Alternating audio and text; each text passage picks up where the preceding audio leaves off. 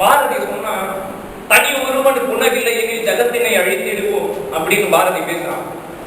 இப்ப இருக்கிற காலகட்டத்தை பாத்தீங்கன்னா தனி ஒருவனுக்கு உணவு வேணும்னா எத்தனை பேர் வேணாலும் கொல்லலாம் அப்படின்ற நிலைமைக்கு நாடு மாறிக்கிட்டு இருக்கு.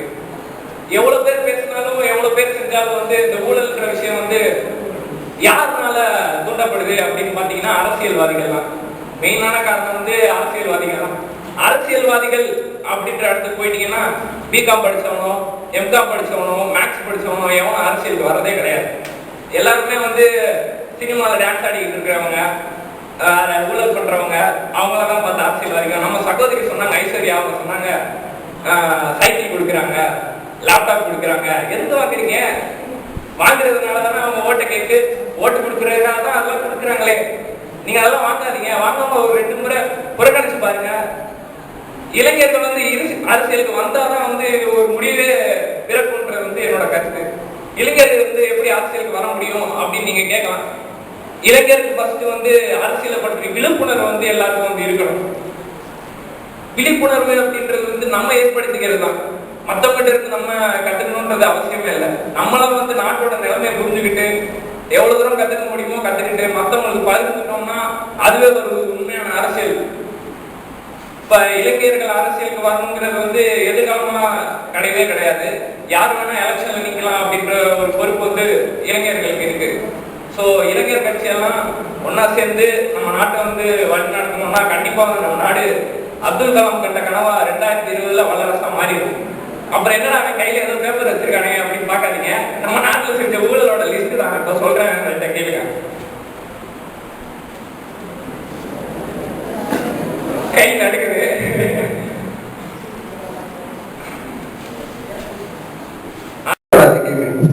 ஏன்னா இப்ப 543 உறுப்பினர்கள் 17 பேர் டாக்டர்கள், 30 பேர் பொறியாளர்கள், 47 பேர் வழக்கறிஞர்கள். தயவு செய்து அந்த தம்பி இன்டர்நெட்ல போய் தேடி பார்க்கட்டும். ஏன்னா இது ஒரு தொழிலை அவர் களங்கப்படுத்துகிறார். இதை நான் பொறுக்கவே மாட்டேன். இன்னொன்னு என்னன்னா, இந்த ஆன்டி கரப்ஷன் மெத்தட்ஸ் இதை பத்திலாம் நம்ம பேசிக்கிட்டு இருக்கோம். ஆனா இது இதோடைய மூலம் அப்படிங்கிறது என்னன்னு பாத்தீங்கன்னா நம்ம மனசுல தான் இருக்கு. ஏன்னா இன்னைக்கு எல்லாமே ஒரு லெகுவா கிடைக்கணும் அப்படின்னு நினைக்கிறோம். யாருமே படிச்ச மெரிட்ல போகணும்னு நினைக்கிறது கிடையாது.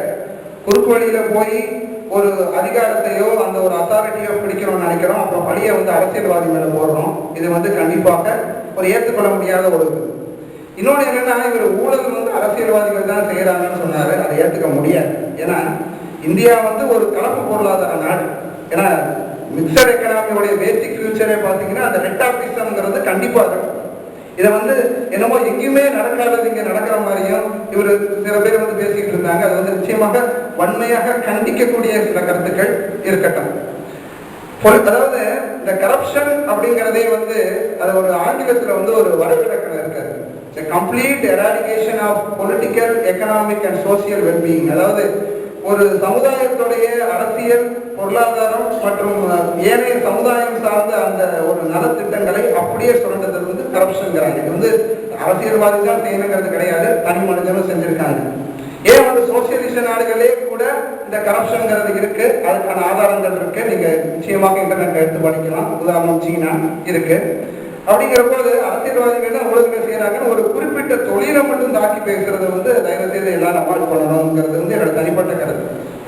ஏன் சொல்ல வரேன் அப்படின்னா, ஏன்னா எல்லா விஷயங்களுமே ஊழல் நடந்துகிட்டே இருக்கு. ஊழல் என்பது ரொம்ப மலிந்து விட்டது. சொன்னார் 1,76,000 கோடி அப்படின்னு சொன்னார். அது நீ இன்னொரு புள்ளியோரம் கூட என்னால சொல்ல முடியும். அதாவது இந்தியாவில் பாத்தீங்கன்னா நம்மளுடைய டோட்டல் ஜிடிபியில 33% பிளாக் மணியா இருக்கு. 33%ங்கிறது ஏன்னா நம்ம நாட்டில் வறுமை கோட்டு கீழ் வாழ்பவர்களுடைய எண்ணிக்கை அதே 33%. 33% அமௌண்ட் எதா இருக்கு? பிளாக் மணியா இருக்கு, அன்அக்கௌண்டட் மணியா இருக்கு. அப்ப இதுக்கெல்லாம் காரணம் யார்? அரசியல்வாதிகள் மட்டுமல்ல, இந்த பொருளாதார ஸ்ட்ரக்சரே அதே மாதிரி. அப்படி நீங்க ஆசைப்பட்டிருந்தீங்கன்னா இந்தியாவை முதலே ஒரு சோசியலிஸ்ட் நாடா நீங்க மாற்றிருக்கணும். மாற்றலையே. மாற்றாம இப்ப அரசியல்வாதிகளை குறை சொல்வதை நான் மிக வன்மையாக கண்டிக்கிறேன். இன்னொன்று என்னன்னா, ஆட்சியாளர்கள் அதாவது ஒரு 3 டைமென்ஷன்ல நம்ம இதை பேசலாம். ஒன்று தனிமனிதன் சார்ந்த ஊழல். ஏன்னா அது அவனுடைய வெல்ஃபேருக்காக தான் அவன் பண்றான். அவன் தன்னுடைய சுய லாபத்துக்காக செய்யக்கூடிய ஊழல். அது அது வன்மையாக கண்டிக்கக்கூடியது.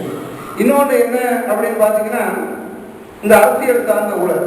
அதாவது ஏன்னா நம்மளுடைய நாடு வந்து பாத்தீங்கன்னா ஒரு 130 கோடி ஹியூமன் பவரை கொண்ட ஒரு நாடு. ஹியூமன் ரிசோர்ஸ் வந்து நம்ம நாட்டுல எங்கேயுமே கிடையாது. ஏன்னா ஊழலுக்கான சட்டங்கள் வந்து நம்மகிட்ட நிறைய இருந்தாலும், அதற்கான அமெண்ட்மெண்ட்ஸ் நிறைய இருந்தாலும் கூட இந்த 130 கோடி பேரையும் ஒவ்வொரு ஆளாக போய் நம்ம பர்சனலா பார்த்துக்கிட்டு இருக்க முடியுமா? சட்டமாக செய்ய முடியுமானா?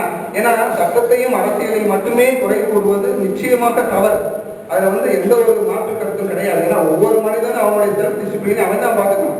அதை விட்டுட்டு அரசியல்வாதிகள் ஊழல் பண்றாங்க அப்படின்னு சொல்றது வந்து நிச்சயமாக இந்த சபை குறிப்பிலிருந்து நீக்கப்பட வேண்டிய கருத்துக்கள். அதுல எந்த ஒரு மாற்று கருத்துமே கிடையாது. கண்டிப்பா அதை நீங்களும் வந்து ஆதரிக்க வேண்டும். ஏன்னு சொன்னா ஒரு செல்ஃப் டிசிப்ளின் இல்லாத பொழுது நம்மகிட்டே ஒரு டிசிப்ளின் இல்லை. நான் சொல்ற மாதிரி லைசன்ஸ் இல்லாம போறோம், 100 ரூபா கொடுக்குறோம் அப்படின்ட்டு நம்மகிட்டே டிசிப்ளின் கிடையாது. நம்மகிட்டே கிடையாத போது ஒரு நாட்டையே நிர்வாகிக்கக்கூடிய ஒரு ஆள் மேல, ஒரு தனிப்பட்ட நபர் மேல புகார் கூறுவது முதல்ல நம்மளை திருத்திக்கணும். அதான் என்னுடைய கருத்து. ஏன்னா நம்மளுடைய நாடு வந்து ஒரு மிகச்சிறந்த அரசியல் அமைப்பு உள்ள நாடு, நிச்சயமா ஒத்துக்கிறேன். இதுல இந்த கரப்ஷன்ங்கிற இந்த புள்ளி வந்து எப்படி வருதுன்னா, நிச்சயமாக அது ஒவ்வொரு தனி மனிதனும் தான் காரணம். ஒரு தனி மனிதன் திருந்தட்டும், அதுக்கப்புறம் சமுதாயத்தை திருத்தலாம். அதை விட்டுட்டு ஒரு குறிப்பிட்ட சாதனை மேலேயே வந்து பழைய போறது வந்து நிச்சயமா ஏற்றுக்க முடியாது. சொல்றோமா அப்படின்றது இன்னைக்கு வரைக்கும் ஒரு கேள்விக்குறியாதான் இருந்துட்டு இருக்கு.